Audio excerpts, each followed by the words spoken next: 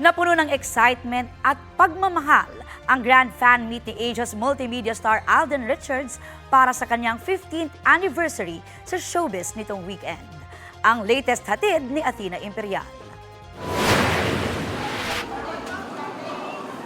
2 oras bago ang grand fan meet ni Alden Richards, nakapila na sa multipurpose complex ng Santa Rosa, Laguna ang fans ng Asia's multimedia star.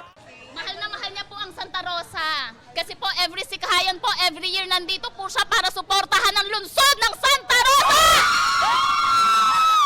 Ano yung pinaka-gusto niyong characteristic ni Alden? Mabait po. Tsaka pogi, ano po siya, humble. Gentleman. Yes, like, Sulit ang pagpunta ng fans na ang ilan bumiyahe pa mula sa malalayong lugar.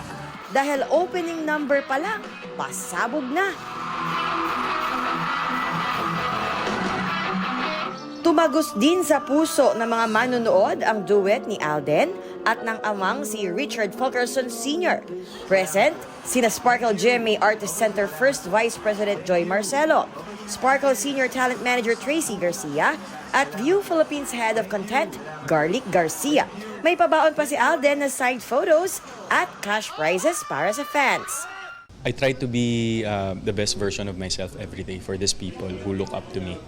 And I think yun yung reason kung bakit din ako nandito sa industriya, why I strive harder to give them quality projects and on and off cam. Athena Imperial, nagbabalita para sa GMA Integrated News.